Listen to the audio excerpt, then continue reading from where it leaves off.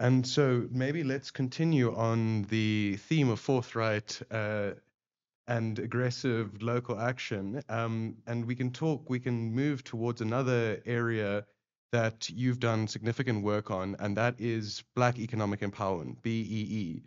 So can you just explain to us what third wave BEE, it's a kind of term that you see plastered over your website, but I didn't realize there were so many waves, um, Yeah. and what your strategy is and has been to counter it, and maybe what some of your successes, I believe you have had some success in Yeah. countering BEE. Yeah. We distinguish between three ways of BE because we think it's good for understanding and therefore countering the problem. Mm, The first wave was in the 90s. Now, in the early 90s, even before 1994, uh, in the run up actually, virtually all race restrictive laws in South Africa were taken off the books. So the low point of race restrictive economic regulation in South Africa is actually at the beginning of the ANC government in 1994. So it's actually one of the things that the National Party perhaps has the greatest credit for is the largest undoing of race restrictive laws in the early 90s. That didn't happen in a vacuum, but still it happened under the National Party. mm, Now, in the early 1990s, even before 1994, you started seeing a mix of goodwill and anticipation of political change and just a new wind blowing through the country. And so, based on a mix of perhaps political opportunism, but also general goodwill and just new business opportunities, because these restrictions are being removed for doing business across communities and races, you start seeing big Black economic empowerment deals. mm, Initially, that wasn't the term, but over time, that became the term. And starts with, for example, Sanlam, Momentum, some of those deals. But all through the 90s, you see these big deals that make news. We call that first wave because it's not statutory yet. mm, Almost none of it is statutory yeah. related. Then you get to the end of the 1990s, and someone with the name of Cyril Ramaphosa becomes appointed as the chairman of the Black Economic Empowerment Commission. Mm, This is a commission that was put together by the Black Business Council, still in existence today, the Black mhm, Business Council. And then it gets the recognition that commission chaired by Mr. Ramaphosa gets the recognition of Mr. Mbeki, and the report produced under Mr. Ramaphosa's chairmanship in the early 2000s then lead to the Black Economic Empowerment Act, or the Broad-Based Black Economic Empowerment Act of the early 2000s. yeah, triple B double E. Yes, triple B double E. It gets combined with the Procurement Act and you enter the statutory phase. We call Mm, this the second wave of BE. It's a statutory phase and it's generally focused on relationships with the state. So, where you do business with the state, where you try and be a supplier to the state, where you start to contract with the state, and with very rare exception. I mean, yes, sure, in mining licenses and maybe liquor licenses here and there, or fishing licenses, there's some BE elements. mm, But generally, if you don't do business with the state, if you don't contract with the state, you're free, and you know, mostly, generally speaking.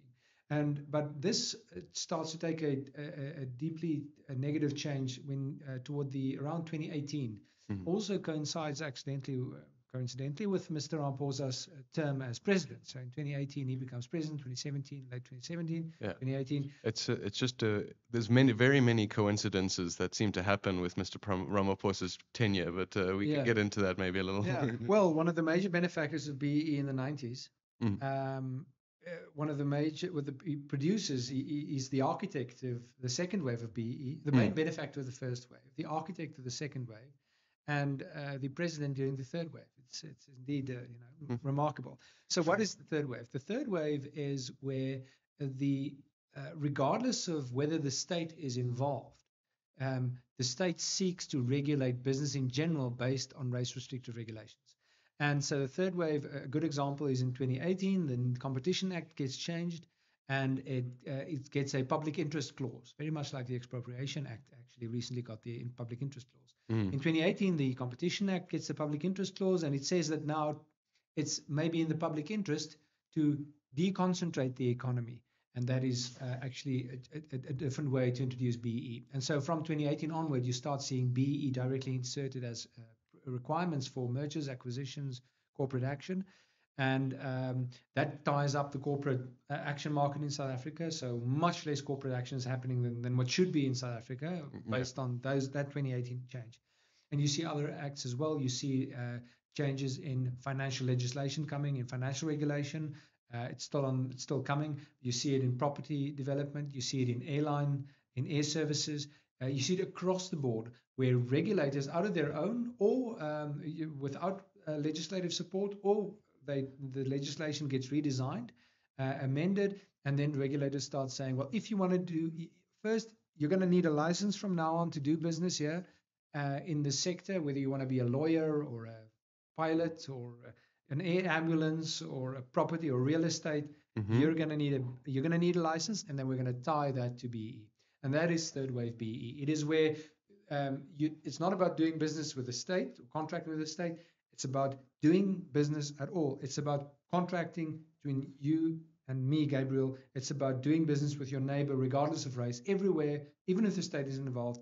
BEE becomes a prerequisite. That has to be fought. It's only in its infancy, and we've had some successes which you can get into, but that's third wave BEE. So what have some of your successes been against third wave BEE? Yeah. I'm going to highlight two so far. Last year, the property regulator announced, and actually it announced it before, but it started enforcing it last year. It said that if you don't have a BEE compliant certificate, you're not going to get a property practitioner's license. You're not going to get a Fidelity Fund certificate, and you need that to be a property practitioner. And property practitioners got redefined in the run-up to this change to not only be estate agents, but actually property developers, bond originators, lawyers who work with bonds, anybody. There are about 12 categories. Anybody who has anything to do with property changing hands, even in some cases people marketing that, ostensibly now need a Fidelity Fund certificate, and then the regulator ties that Fidelity Fund certificate to BEE compliance. And what we did then last year was because they thankfully don't have proper legislative backing to do this, we were able to, through legal threats, legal lawyers' letters, we were able to push them back, and we achieved an important tactical victory where they said, okay, from now on you don't need a BEE compliance certificate, you just need a BEE certificate. So even if you're non-compliant, you actually have to provide them a certificate that costs anything up 10,000 Rand and up. You say that you're not participating in BEE, that you don't have a score, but you need to get a BEE verifier to say that you're non-compliant, and then they will give it to you. So we're progressing to, still in the litigation phase this year, but that was a crucial win last year, because without that, a substantial proportion of estate agents, property developers, bond originators in the country would have not had licenses to do business. Simply because they weren't BEE.